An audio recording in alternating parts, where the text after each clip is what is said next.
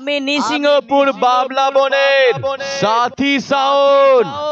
এই শালা, একদিন তোর বাপ ছিলাম, এখন বাপের সঙ্গে বেইমানি।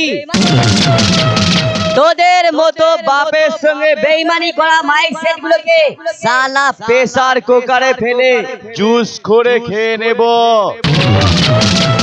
যতক্ষণ না হিসু করব শালা বার হতে পারবি না। হেরে গিয়ে তল পেটের নিচেই পড়ে থাকবি।